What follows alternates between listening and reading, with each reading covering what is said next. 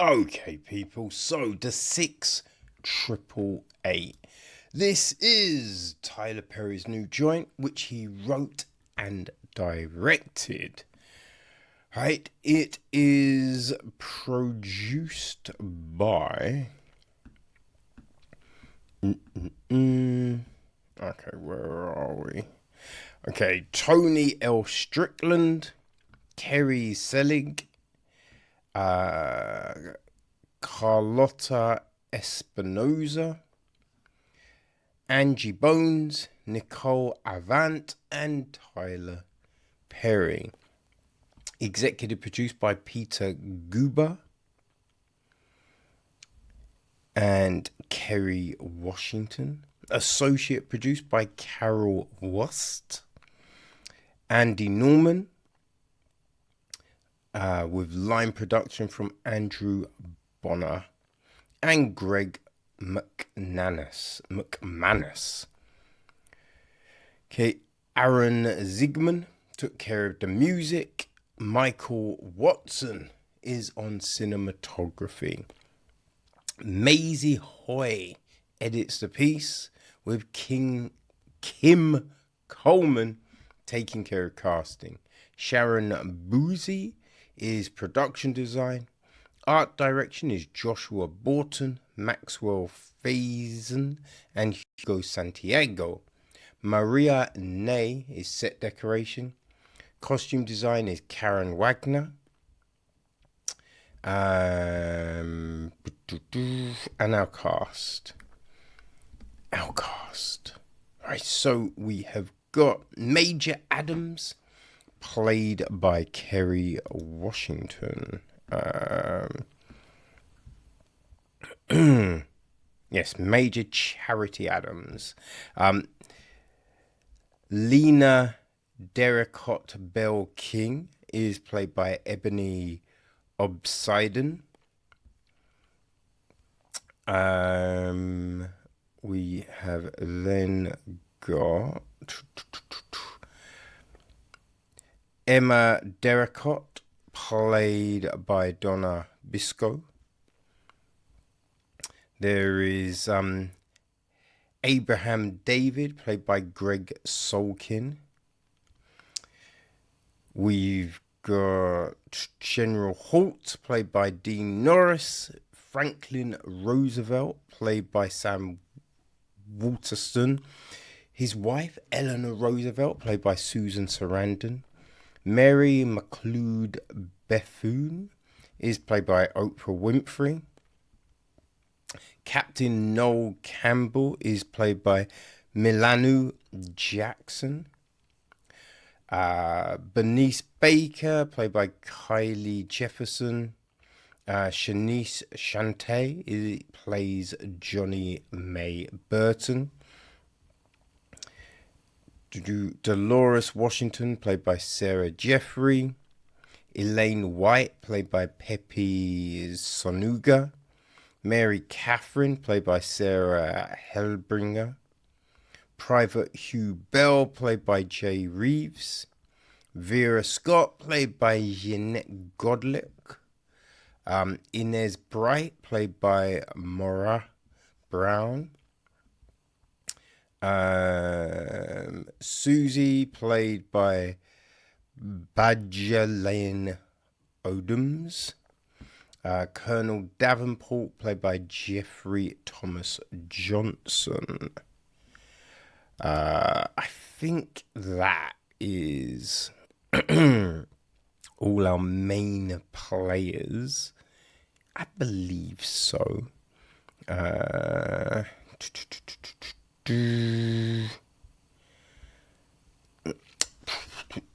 done that. Oh, Chaplain Clemens, played by Nick Harris. Oh yeah, no, we did that. Butler George, played by Eugene H. Russell. George C. Marshall, played by Ben Peck.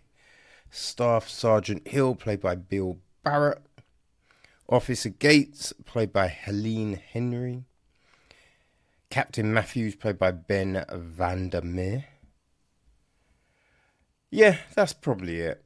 that is probably it. The gist of the story is during the height of the conflict in World War II, circa 1943, difficulties in the war led to a change in priorities, and much of the mail previously reaching soldiers on the front lines has been halted. As warehouses begin to overflow with the unfulfilled deliveries, soldiers' hopes are dashed as they lose contact with families back home. To fix this problem, the 688th Battalion, the Women's Army Corps All Black Battalion, including over 800 female soldiers, is sent to tackle the impossible challenge of sorting years' worth of backlog mail. Even as military higher-ups hope to see the plan fail, the 688 are determined to deliver hope to soldiers and families across the world. Right, so this is based on a magazine article from, oh gosh, when did this article hit? It was not that long ago, 2019. Yes, the article was called Fighting a Two-Front War, and it was written by Kevin M. Hymel. So that's where Perry got the story and based this on. It's like, you know what I mean? I think these kind of films are important because people don't know about this stuff, right? You think that, you know, these things were just one way, one group of people. So it's definitely a good thing to shine this kind of light on stuff. It does look like it's from the time. Yeah, I think they did a good job with production design, costumes and everything like that to a degree. Right? I say to a degree because they've done a good job to make everything look like it's from the time. But then as the film goes on, everything still looks the same. Right? It doesn't look worn in. Right? Things don't necessarily look like, you know, people have been living and doing things, which, don't get me wrong, I'm not expecting, you know, army officers to have like dirty clothes and all of this kind of thing, but there's a look to clothes that have been worn, right? And we don't necessarily get that. It's the same with the sets, you know, it looks authentic, but then it doesn't look lived in, you know?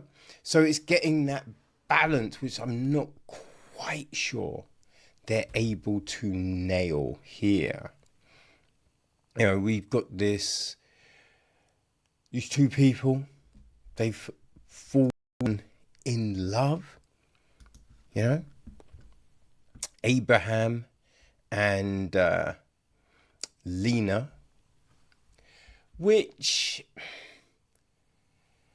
you kind of get, right? It's kind of there, but not completely. The other big thing about it, because interracial marriages, relationships, all of that jazz, in 1943? I mean, come on, man. This wasn't a, you know, everyday thing. And you've got one girl at the school who's, you know, you shouldn't be together. But it's all very palatable racism, right? That's the big thing with the film. We do see prejudice and discrimination, but it's always to a level where you're like, I think audiences, right?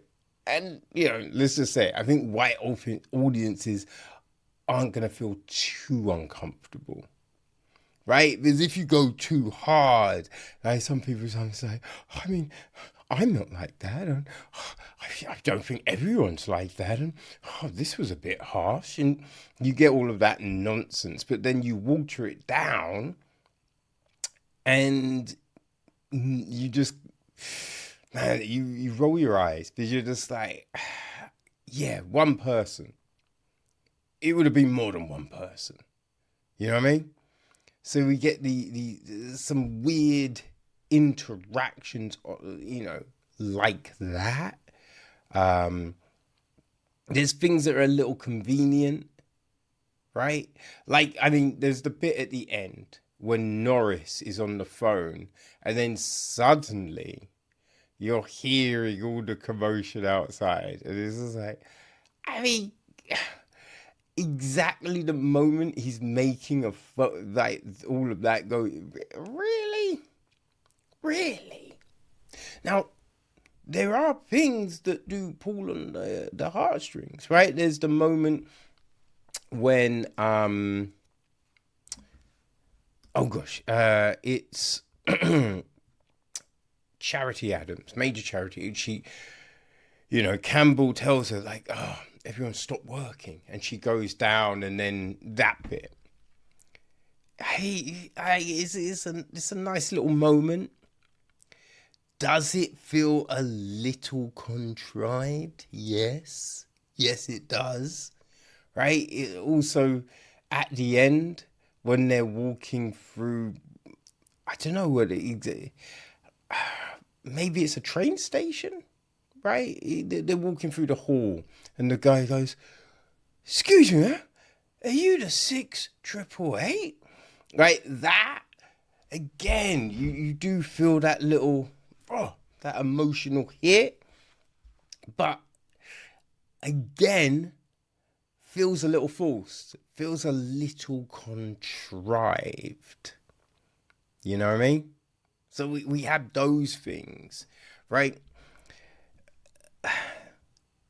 Ebony Obisidon, she's a good actress.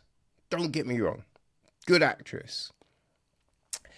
But it felt like some of the emotion. He's like, no, and right. It felt a little oh God, what's the word? Like performative. You know what I mean? Just felt a little performative, right? It didn't feel like it is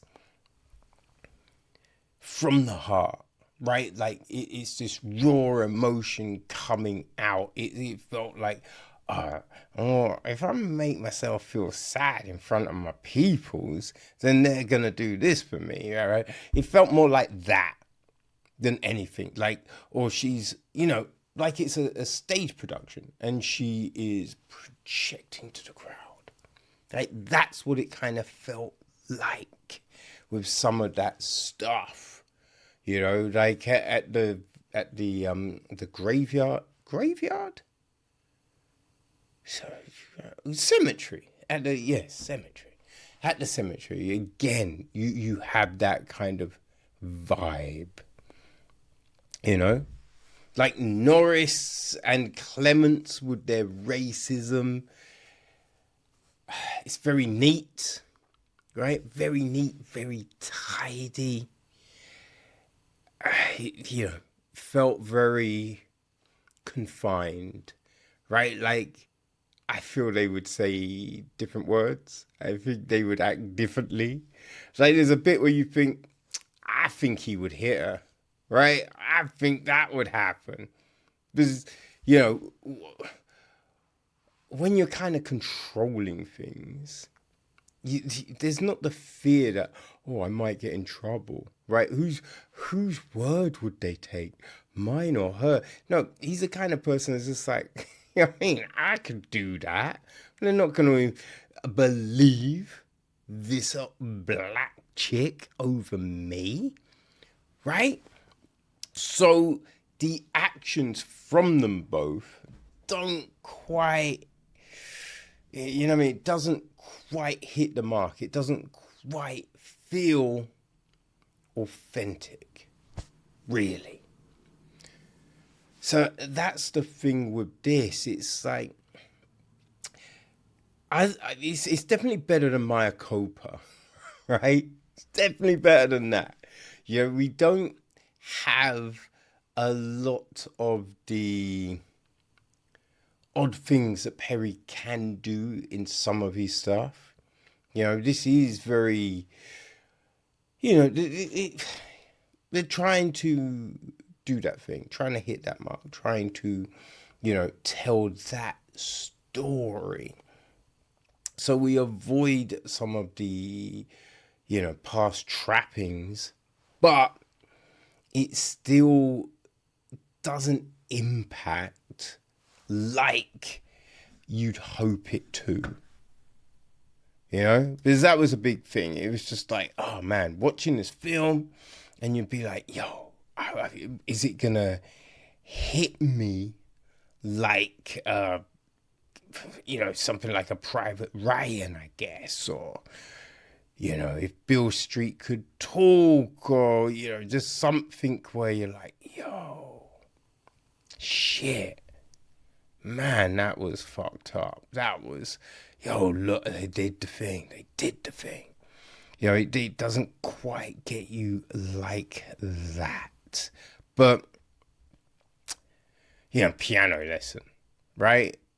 There's those films that really do a great job of showing certain things, invoking certain emotions. And the 6888, it tries to, right? It tries to. Doesn't quite cut the mustard. But it's on Netflix. So, if you're a fan of Perry, if you're a fan of history, if you're a fan of wartime films, you might want to check out the 6888. I don't know why I even saying zero. The 6888, right? Because it is based on true things, right? This was a real battalion. This whole male situation did happen. I don't know if Lena and Abraham's are real, but yeah, it's based on a situation that did actually take place. So if you want to, you know, learn about it, watch it, then yeah, the film, the 6888, is on Netflix.